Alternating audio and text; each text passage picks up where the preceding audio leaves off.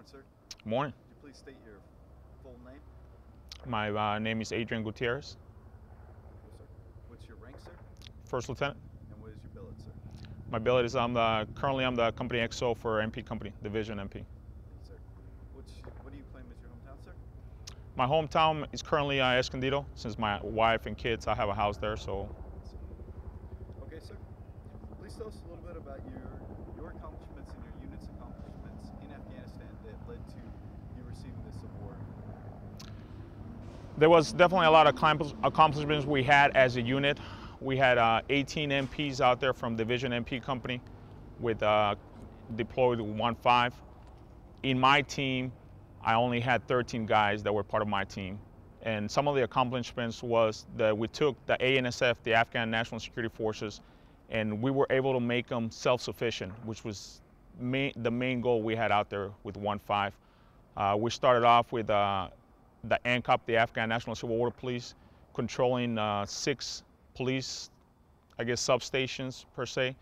And we were able to expand that all the way up to 15 by the time we left there in October. So that was definitely a big accomplishment, to be able to spread them out so they can have more control over the area, especially the bazaar area.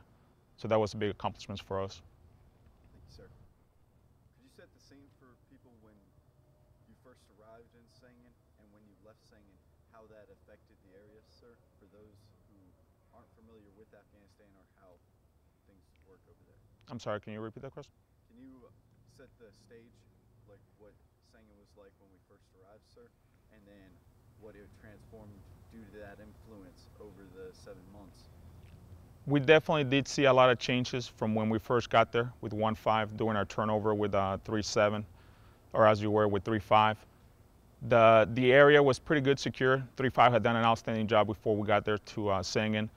But slowly and surely, we were able to expand that security bubble from the center of the city further and further out, as we were able to expand and move the ANCOP and the AMP to different locations. So that was the main, I guess, focus that we had, to try to expand the security bubble around the bazaar and push out the enemy further and further out. That way the ANA can take care of them on the outskirts of the city. Sir. Thank you, sir. What does this award mean to you personally, sir?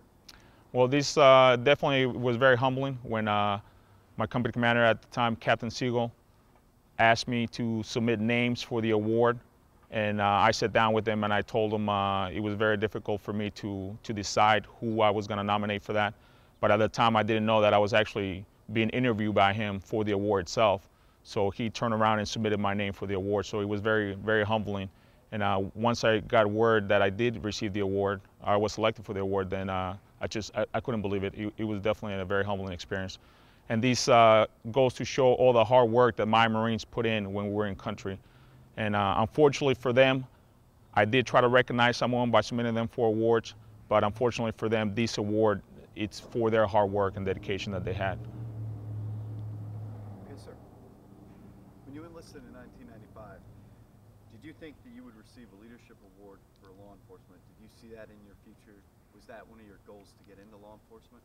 You know, it's funny you mentioned that, because when I first enlisted in the Marine Corps in 1995, I wanted to be an MP, and it didn't work out. I'm pretty sure everybody hears the stories from their recruiters, but I didn't get MP, so I was always interested in law enforcement. When I went to school, I got accepted to the MESEP. I did my 4 years in college. That's exactly what I studied, criminal justice, because I was always interested in criminal justice, you know, the law enforcement side of the house. So when I went to TBS and I got MP, that was definitely a big accomplishment for me. And now being selected for this award, it's definitely very humbling, and it's an awesome experience. But no, not once did I ever think that I would be selected for such an award, especially in law enforcement. Thank you, sir. Can you attribute your leadership success and skills learned to one mentor or role model that has followed you through the years, or that you served at one time, sir? It'd definitely be difficult to break it down to one person in particular, especially in the Marine Corps, because I've been around for a little while. Definitely there's been a lot of staff NCOs and officers who have looked up after me, you know, have guided me in the right direction, have helped me make the right choices. But definitely a person I would say would be my father. The way my father has raised me since I was a little boy, you know, that has definitely left a very, I would say, you know, that's the best leadership that I could have ever learned from my father. So he has definitely been the mentor that I would look up to. What is this? Can you remember any of the events or any of the specific lessons maybe that you learned from your dad that basically kind of rings true in your everyday life? The thing I remember the most, especially when I was a little kid, was that my father was a very, very hard worker. Always working, always working. I remember him going to school, through college, trying to get his education, and having a job at the same time while raising a family. So I would see him come home from school, get something to eat, do some things around the house, and then immediately turn around and go off to work. So he was always working, always going to school, and that's one of the things that I've always remember. And I remember before we left on deployment with 1-5, that's one of the things that the battalion commander told us, that we were going to Sangin to work for 7 months.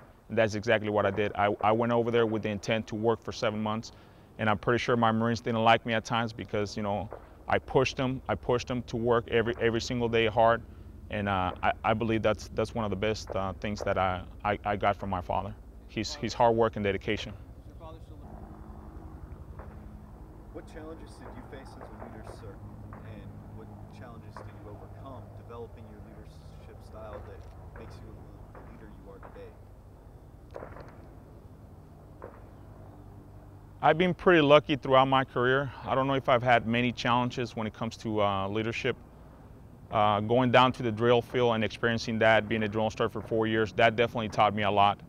So challenges as far as leadership, I would have to say a big challenge for me was going from enlisted to officer, having to separate myself, having to humble myself down again, going from being a gunner sergeant after 14 years in the Marine Corps, and having to humble myself back down and starting all over again. So that was definitely a big challenge for me as a leader. But he has definitely taught me a lot. He has definitely taught me a lot. Is there anything else that you'd like to add that you feel that is important to this award, this story, and telling that story to the world? The only thing I would like to add is that any award that we get as leaders, a lot of it has to do for the hard work that our Marines do. And sometimes, I remember back when I was a young Marine, I remember a staff NCO once told me that sometimes you're gonna do hard work, you're gonna bust your ass, you're gonna do everything you're supposed to do, and sometimes you're not gonna get recognized for that. But there's gonna be other times that you are. And the only thing I would say is doing your job, doing it well, working hard, day in, day out, eventually will pay off. And you will get recognized when you least expect it, as such as this award for me. Okay. Thanks so much for your time, sir. You were talking earlier, sir, about some of the mission that you specifically had in Afghanistan. Mm-hmm. During that time, and obviously this award is sort of a result of some of the fine works that you were responsible for. During that time, what was some of the most, and this is a two-part question, but what were some of the most, say, challenging times during that deployment? And just keep on looking at Curly. Well, challenging times was every day, leaving the wire every day, knowing that I had my Marines' lives in my hands as we went out, because we did more mounted patrols than probably any unit out there, because we had to be out and about every single day. And that's one thing that I told my team. In order for us to be effective at our job, we have to go out there. The ANSF, the ANCOP have to see us out there every day. So we would go out and visit patrol bases on a daily basis. So we were out the wire. So that was definitely challenging, because that was always on my mind. I was always expecting the worst as we left the wire. Are we gonna get hit? Are we gonna be able to freaking do what we're supposed to do? Are we gonna be able to do what we're trained to do? So that was always on my mind. So that was definitely a challenge. Another challenge for me was that I ended up having to go on a trip to Herat to do a kind of like a reverse PDSF with the ANCOP that we're gonna be replacing the ANCOP that we had in Sangin. And I left for about a week, and that's during the time that one of my Marines ended up losing both of his legs to an IED. So that was definitely a very challenging experience for me, having to deal with such an event, being so far away and not being able to be there for my Marine as he got injured. So that was definitely a big challenge for me. So what is PDSF? A reverse PD is the pre-deployment kind of like pre-deployment planning for the ANCOP. So instead of them coming to Sangin to see the area and plan for their operations, I went over to Herat so I could brief the battalion commander and the brigade commander as far as what their mission was going to be in Sangin, making sure they brought the right personnel, making sure they brought the right equipment, all that necessary for their mission in Sangin. So. Now, sir, when you when you were dealing with the Afghan police, you were dealing with the Afghan National Police, and so on and so forth. What were your impressions? What were some of the thoughts that went through your mind as you went through your deployment? You started off. Obviously you had not worked with them before, right? No, that was my first time. First experience. Yes. So let's say maybe halfway through, as you're starting to maybe see the fruits of your labor come to, what was your impression of the Afghans who were trying so hard to be able to stand up on their own on the international stage? What were your thoughts and your impressions in that respect? And we will wait for 1 second as the helicopter goes by. So halfway through the deployment, you've been working with the ANCOP. What were your thoughts? What were your impressions of these people who are basically trying to stand up for themselves and basically secure their own nation? Our mission in Sangin was a little difficult because compared to the ANA, we had 3 different ANSF cells working in Sangin. We had the ANA, which is the Afghan National Army. We had the ANP, which is the Afghan National Police. And then the guys that I was working with was the ANCOP, the Afghan National Civil Order Police. And the thing that made it a little bit more difficult for myself and for my team was the fact that the ANCOP were doing rotations, 3 months rotations. So as I got there and did my turnover with 3-5, shortly after that, I had the first ANCOP do a rotation. So then I got a whole new group that I had to train and start all over from scratch. And then 3 months later, same thing. We had to do turnover. That's why I went on the trip to Herat, and then we had to do a turnover with another set of ANCOP. So that's what made it difficult when it comes to the training and evaluation of the ANCOP when we were there. Now, I'm sorry. So that sets up the stage for what was your impressions? Exactly. Okay. Okay. That you're gone and things have settled down. So, what were your impressions? As far as my impressions with the ANCOP when I first started dealing with them, and I started learning more and more about their culture, was they do care about their country. They do care about what's going on, and they do care about the security. The thing is, just like everywhere else, sometimes you get people in the wrong places, especially in leadership places, that they don't do their job the way they're supposed to. And the thing in Afghanistan is sometimes leadership positions are filled because of who they know or how much, how many people they know or how much money they're paying in order to get into those positions in ranks. And that affects the leadership in the ANCOP. So the first group I had, the battalion commander was pretty good talker, but not too much when it came down to doing business. So I wasn't able to get too much out of him.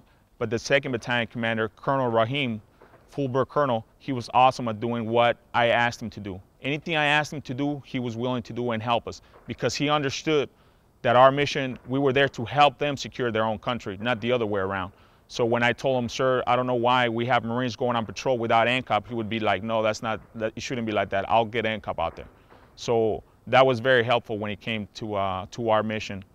So my impression about the ANCOP was definitely very positive, especially as I spend more and more time there in Sangin. They do want to secure the country. They do want to do their job as police, but a lot of the times they like the training, they like the equipment, and they like the personnel, because their pay is not as great as some of the other, posts. So that all has an effect on what they do and how they do business. So overall, I was pretty impressed with how the ANCOP operated, how well they were able to pick up on the training that we were giving them and the mentoring. And they definitely helped out in the mission in Sangin. So they had a very key role in Sangin. Now, sir, you're gonna stay here at Pendleton, or are you moving on? We are moving as an MP company. We're moving over to LE Battalion. So I'll be checking in tomorrow. And that'll be the first LE battalion here on the West Coast, and I'm pretty sure second LE battalion East Coast, and then third over in Okinawa. What is LE battalion, it's law enforcement, first law enforcement battalion. Okay. So MP company, division MP company, we'll get disbanded, and then as a company, we're gonna move over to 1st LE Battalion, and the battalion will have 3 MP companies, and we'll be supporting the MEF from that. And what is going to be your role? Do you know already? As of right now, I am the company XO. As I haven't gotten different words, so hopefully once I get over there and check in with the battalion commander, hopefully he has good news for me and keeps me as an XO, or whatever he's got for me. That's what I'm gonna go over there. Now that you're moving on to pretty much a brand new unit. Yes. And you've been back from Afghanistan for how long, sir? Since October. We got back October 10th Okay. of last year. What kind of lessons or what experiences from Afghanistan, lessons mostly, working with the police in Afghanistan and Helmand Province, what are you going to take from that you're bringing with you to your new post? MPs as a whole, I believe that we are pretty good when it comes to the advising mission, because of the fact that the Marines, when they go through school, they're taught to how to deal with some of the domestic problems, some of the basic issues that we deal on a daily basis here on base. So I think MPs have naturally that ability to deal with issues when it comes to mentoring. So the only thing that I would say to my Marines once I get over to LE Battalion, as I get a new company, as I get a new platoon, whatever it is I do get, it's hard work and knowing your job. Knowing your job and doing it well every day, that's what's gonna get the mission accomplished. And as MPs, we won't have any issue as far as dealing with the advising mission over in Afghanistan. So in the future, obviously, there will probably be some more MPs rotating through forward operating bases and so on and so forth. What would be some of the number one piece of advice performing your duties as an MP forward deployed in the similar capacity as advising that you had when you were over there? What would be the number one piece of advice you would give any Marine in your field before they go? If you only have the chance to give one piece of advice, what would that be? Definitely know your job. Know your job as an MP. And that involves, for us, Division MP, that involves patrolling. You need to know how to patrol. You need to know how to do the proper procedures for patrols. You need to be able to get help. So you need to be able to, call for fire, call medevacs, call freaking IDF, anything. You need to know your job. And that involves knowing how to do tactical site exploitation, doing what MPs do. And that's exactly what you're gonna do as an advisor, especially advising some of these ANSF forces. Know how to do your job, complete from the basic patrolling to all the way up to tactical site exploitation. If you know how to do your job, then you'll have no problem performing your duties as an MP or as an advisor over in Afghanistan or anywhere else that you would get sent. Just put your hand on the bottom there and put it back in. It's a big sail. If you have any questions, any additional questions. All right. Sir, thank you very much for your time. Thank you, gentlemen. Totally appreciate it. Avra.